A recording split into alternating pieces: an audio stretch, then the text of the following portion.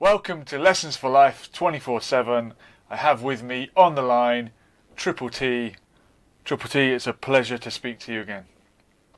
Pleasure is all mine, sir. Thank you very much. Thank you. Welcome. Look, I'm going to hit you with something that occurred. I won't say when, and I won't say where, but I am a teacher in schools, as you know. And I was teaching PE. And in order to get the class lined up, I was instructing them to get in line, and one girl was not getting in line, and I said, can you please just line up? Bit stern, firm but fair. Okay? Her response to that instruction was, you're racist. Was anything I've done racist so far? I don't believe that in this position it was fair for her to call you a racist, and equally it is unfair on you today on this show right now to bring such a trivial matter to our topic and our discussion when there are thousands and hundreds of thousands of painful, realistic, tangible, palpable fact, proof, and evidence that racism is meted out to people who have the same or similar color or darker color of mind. We are living in hell. We have lived through hell, and God damn it, I think we're going to continue to live in hell unless we bring the white supremacy that you truly have in your hearts as white people, despite you claiming you don't. Until we bring this down and until we raise ourselves up, as the Honorable Minister Louis Farrakhan says, either we bring you down to where you should be, or let us separate and let us do something for ourselves. Okay, let's go a little bit deeper with the story. I haven't told you what race the girl is, by the way. But at the end of the lesson, I did confront her about it, and I said, look, and this was in front of the department, so for transparency, colleagues could hear what was said, could write it up, and I'm not going to end up with an accusation that's come back to bite me. I said, look, girl, whose name we won't mention, at the start of the lesson, you said that I was racist. That's a very serious allegation, and it's illegal, and if anyone was racist, I would be the first to do something about it, and you mustn't joke about that. And she was chastised for having said that. Now, that girl is a black girl, but it occurred to me later that this phrase, oh, you're racist, or oh, that's racist, gets thrown around by the white kids. And that's where she's heard it, and that's where she's picked it up, and that's why she said it. And had a white kid said, you're racist, I would have just dismissed it and said, oh, don't be so stupid, or that, that's ridiculous. Who knows what I would have done? Maybe I would have done the same thing. I like to think I would have done the same thing, but if I'm being honest, and I'm sure many other colleagues in the same scenario only would panic because it's the black girl saying, oh, you're racist, but a white person could make that comment as a throwaway statement and would just be told, oh, don't be so stupid, it's clearly not racist. So in fact, maybe she was right. Maybe I was racist because I then chased it up and gave her a talking to because she'd said that phrase. Would I have done that for a white child? Maybe she was right. You openly, in your own admission, say that you would not have done that or said that to the white kid. I imagine I wouldn't have.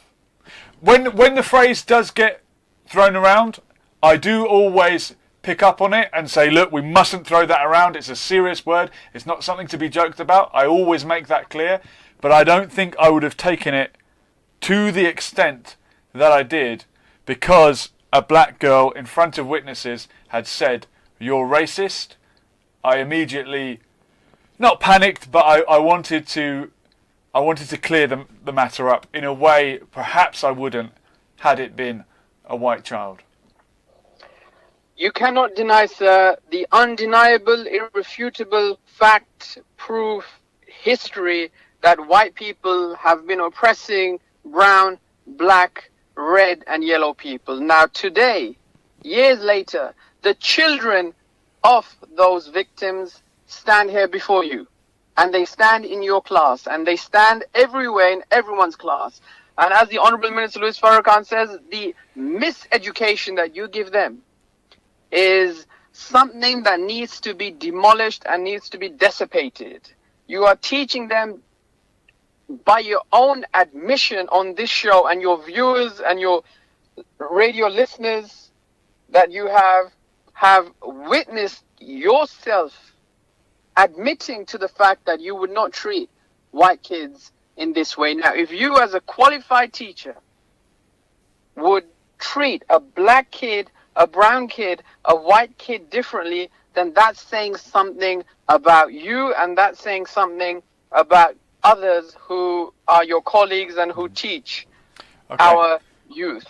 So the fact is, white people have been the oppressors of racism in this country for a very, very long time. No, sir, we will not forget, dare I say, the Paki bashing, which was given to our grandfathers and is still given to us today here, and it may not be given in the same way. You have a rise in all types of far-right movements, and I agree with the minister who says that I think now, today, it is time for us to just separate. And I think that would be the answer, because there is a little bit of racism in every white person. Now, we trust the white people, the good ones, we trust them, but even when we do, I think when we lay down to sleep, we should keep one eye open. Triple T, I appreciate your time. I want to ask you one last question, possibly 1.5 questions.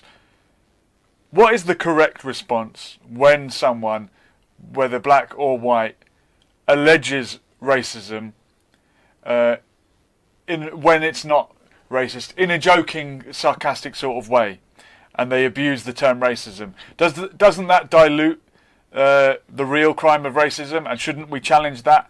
And how should we challenge it? And is it the same whether a white person or a black person makes the claim?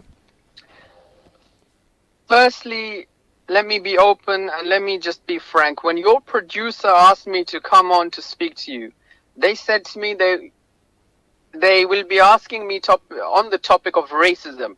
I am not an expert in schooling. I am not a person who has gone through the school system like your good self, and who is in a perhaps privileged position that he now teaches kids, and he has gone through what he needed to go through to be in that position. I cannot say what you should have done, but you on your own show today have openly said that you would treat the kids differently. And if you are someone who is treating kids differently, then I think if your headmaster or if the head of your school is listening, then you may well have a problem. Don't ask me what you should do jokingly. If it's a joke, then let it be a joke. Why have you brought me on to talk about something so trivial? A young girl, you bullied her and you pushed her out of the way, and you made her continue with her lesson. What was her reasoning behind this? If it was a white kid, thus far, I would have done the same to a black child or a white child or a brown child. Same whether it was a male or a female. I would have dismissed the disruptive behaviour and the disobedience, and when I did so in not a rude way, but perhaps an assertive way, I was met with, "Oh, that's racist," and I immediately challenged it, as I would have for a black or a white child. But because she was black, and because in that context there is a possibility that I was being racist, it's impossible for me to be racist to a white child. Correct me if I'm wrong. But because there was a possibility of it being misconstrued or overheard, as me victimising an ethnic minority, I chased it up to a further extent than I would had it been a white child. And I don't think that being non-racist means treating everyone equally. There's such a thing as positive discrimination, which perhaps you're familiar with, you might even be in favour of, where we do treat people differently because they are different and we cater to their needs. If a child is in a wheelchair, I'm not going to ask them to stand up when I ask everybody in the class to stand up. And that's not discrimination, that's just differentiation.